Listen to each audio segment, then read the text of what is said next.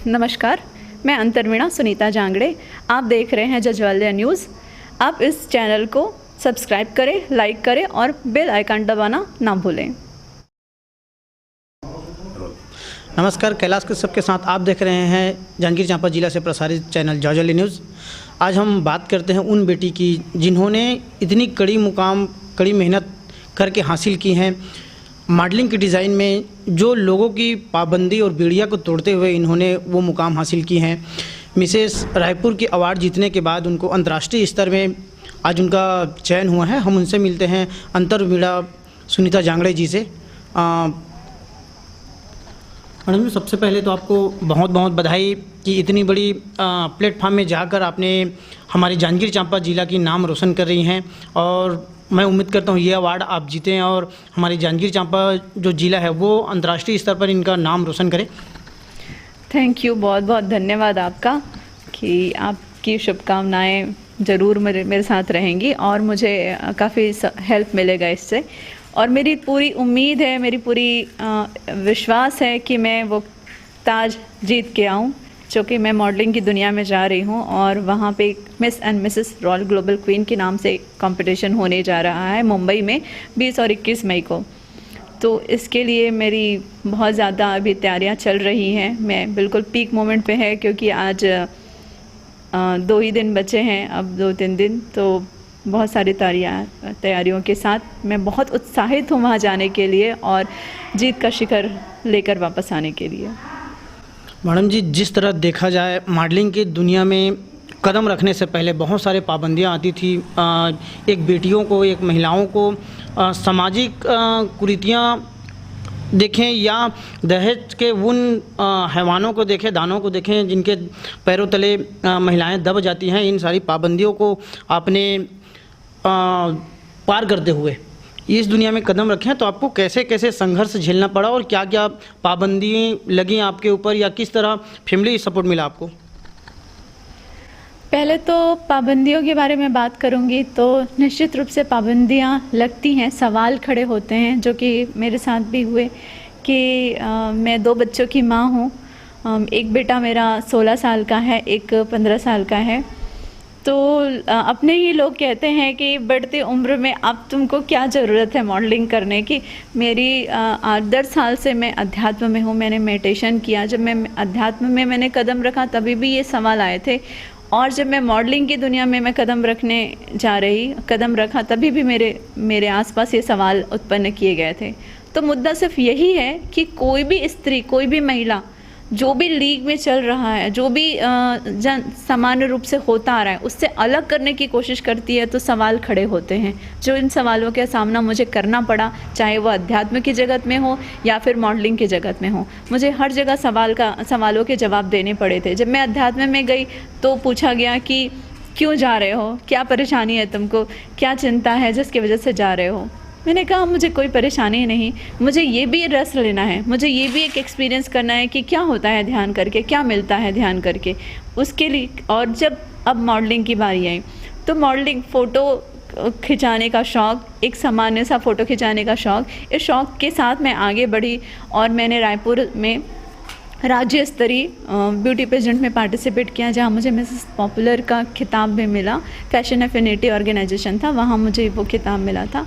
अब मैं एक इंटरनेशनल प्लेटफॉर्म में जा रही हूँ, जहाँ अनेक देशों से महिलाएं आ रही हैं, जहाँ लड़कियां हैं और महिलाएं हैं, जो एक नारी सशक्तिकरण का प्रारूप है। वहाँ पे जाकर अभी जैसे 2-3 महीनों से हमारी ग्रूमिंग चल रही है, तो इतनी नई सारी चीज़ें सीखने को मिल रही हैं और देखने को मिल रही है।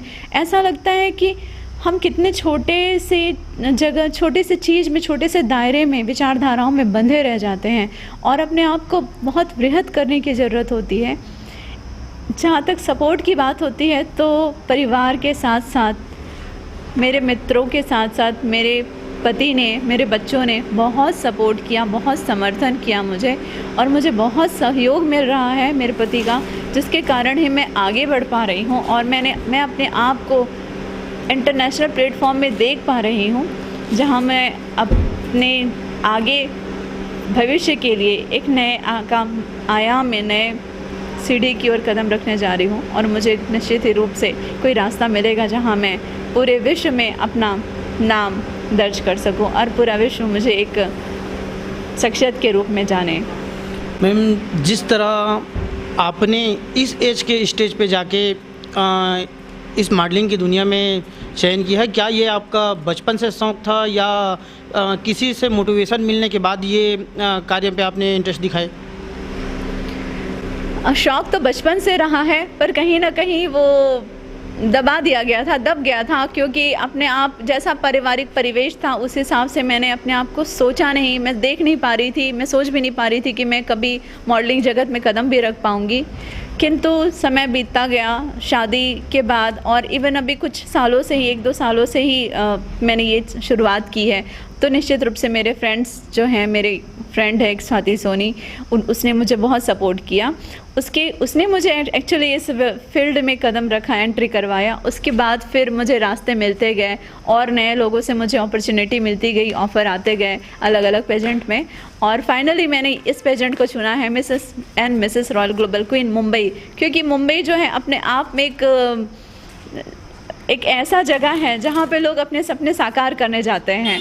तो मैंने मुंबई को चुना क्योंकि मैं चाहती हूँ मेरे भी सपने यहाँ पे पूरे होंगे, यहाँ पे जाके, ऐसी मेरी उम्मीद है। इसलिए मैंने मुंबई को चुना जहाँ मैं अपने लिए नए रास्ते ढूंढ सकूँ।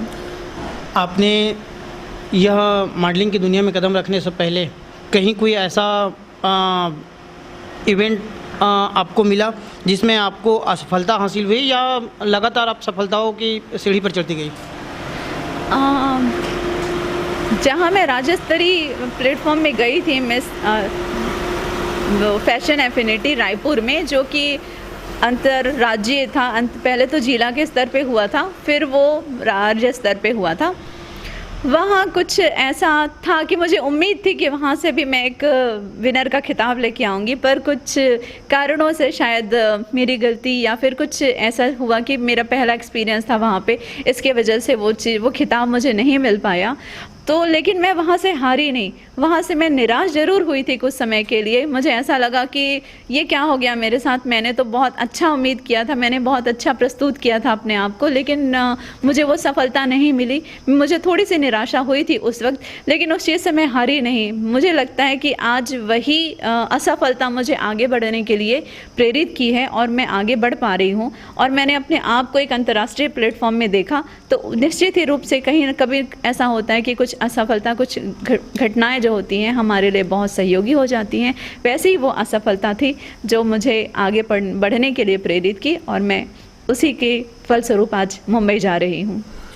जांजगीर चांपा जिला सहित प्रदेश के लोगों के आपके ऊपर बहुत सारे आशाएं हैं, बहुत सारे प्रेरणा मिलेगी आपको। इसी स्तर पे जाके आप परफॉर्मेंस करेंगे और लोग अपना सपना साकार करने के लिए कहीं ना कहीं आपको एक प्रेरणा के रूप में देखेंगे, क्योंकि आप जांजगीर चांपा का जो नाम रोशन कर रही हैं आप अंतर्राष्ट्रीय स्तर पे, ये बहुत बड़ी उपलब्धि है। अंत में हमारे दर्शकों को आप क्या संदेश देना चाहेंगी? मैं यही संदेश देना चाहती हूँ सभी के लिए, उन माता पिता के लिए, उन भाइयों के लिए, उन महिलाओं के लिए, हर एक व्यक्ति को यही संदेश देना चाहती हूँ कि आप अपने सपनों को साकार कीजिए और किसी भी स्त्री को, किसी भी लड़की को उसके सपने को पूरा करने के लिए मत रोकिए। आप अपने बच्चों पे भरोसा कीजिए, लड़कियों पे भरोसा कीजिए, विश्वास कीजिए, चाहे वो पति हो, पिता हो या भाई हो। आप ज़रूर भरोसा कीजिए कि स्त्री कर सकती है, लड़की कर सकती है और पूरे सुरक्षित ढंग से कर सकती है। अगर वो हर सुरक्षा से चलना, उसको भी पता है कि अपनी सुरक्षा कैसे करनी है, उसको सिखाइए। उसको आप हार मानना ना सिखाइए, उसको आप लड़ना सिखाइए कि कैसे किसी भी कठिन परिस्थिति से आगे बढ़ के आप अपनी सफलता हासिल कर सकते हैं और अपने सपनों को पूरा कर सकते हैं। आप नेगेटिव बात करके उसको डरा देते हैं और उसको आगे बढ़ने से रोक देते हैं, ये बिल्कुल ही सही नहीं है। आप बिल्कुल सपोर्ट कीजिए। और एक लड़की को, एक जो लड़की होती है, एक महिला जो होती है, वो परिवार की नींव होती है।